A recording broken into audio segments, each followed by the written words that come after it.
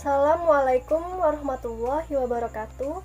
Perkenalkan, nama saya Divi Ivonindi, NIM E2019-1182 dari Prodi Perbankan Syariah 4, Fakultas Ekonomi dan Bisnis Islam.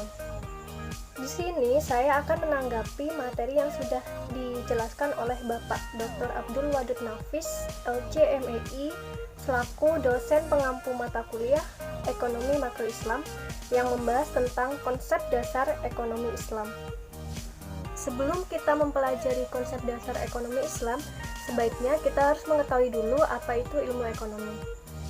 Ilmu ekonomi dibagi menjadi 3, yaitu yang pertama ilmu ekonomi Islam, yang kedua ilmu ekonomi kapitalis, yang ketiga ilmu ekonomi sosialis.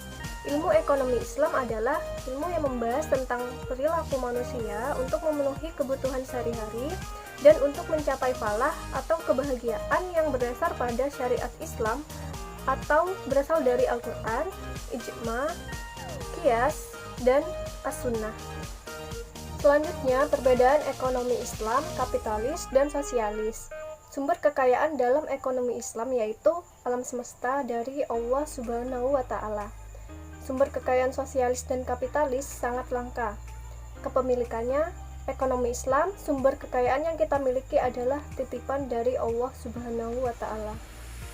Selanjutnya, sumber kekayaan ekonomi kapitalis. Sumber kekayaan ekonomi kapitalis didapat dari pemberdayaan tenaga kerja. Ekonomi sosialis didapat dari setiap individu dibebaskan memiliki kekayaan semua yang diperoleh.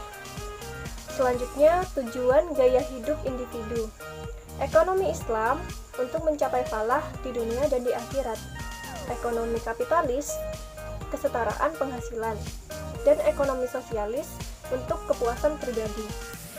Selanjutnya, sumber hukum ekonomi Islam ada 4, yaitu Al-Quran, As-Sunnah, Ijma, dan Qiyas. Al-Quran adalah sumber utama dan pokok dalam hukum ekonomi Islam yang Allah turunkan pada Rasul untuk membimbing manusia ke jalan yang benar. As-Sunnah adalah segala sesuatu yang bersumber dari Nabi, baik ucapan, perbuatan, penetapan bagi umat Islam. Ijma adalah kesepakatan para ulama dalam menetapkan suatu hukum dan agama berdasarkan Al-Quran dan hadis. Qiyas adalah menyamakan atau menggabungkan sesuatu perkara baru yang belum ada pada masa sebelumnya. Kemudian, prinsip ekonomi Islam. Yang pertama, maisir, yaitu perjudian. Yang kedua, goror, berarti tipu menipu atau suatu keraguan yang dapat meragukan orang lain atau merugikan orang lain. Yang ketiga, riba, berarti melebihkan jumlah pinjaman saat mengembalikan. Riba dalam jual beli dibagi menjadi 2, yaitu riba nasi'ah dan yang kedua riba fadl.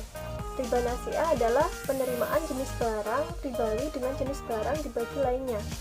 Sedangkan riba fadl, pertukaran barang sejenis dengan takaran berbeda dan barang yang ditukar termasuk barang ribawi. Dasar ekonomi Islam ada 3, yaitu tauhid, yang kedua adl, dan yang ketiga nubuwah. Tauhid yaitu fondasi keimanan Islam, dan adl sifatnya adil dan tidak membedakan. Kemudian nubuwah menjadikan sikap dan sifat Nabi sebagai teladan dalam menjalankan aktivitas sehari-hari. Sikap utama yang harus dimiliki pelaku ekonomi.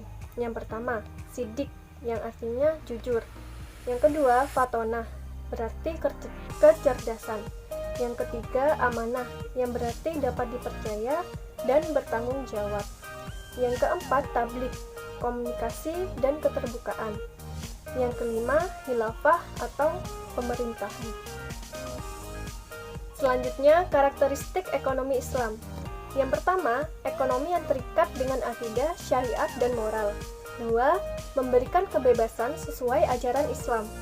3. Menggunakan sistem bagi hasil. 4. Pemberlakuan zakat termasuk sedekah dan infak. 5. Menjaga keseimbangan jasmani dan rohani. 6. Memberikan uang pada negara dan pemerintah. 7. Pelarangan riba. 8. Mengakui kepemilikan multijenis. Jadi kesimpulan dari materi ini adalah kita dapat mengetahui apa itu ekonomi Islam dengan menjalankan ekonomi sesuai dengan syariat-syariat ajaran agama Islam. Sekian penjelasan tanggapan dari saya. Apabila ada salah kata atau masih ada yang kurang jelas, saya mohon maaf yang sebesar-besarnya. Terima kasih. Wassalamualaikum warahmatullahi wabarakatuh.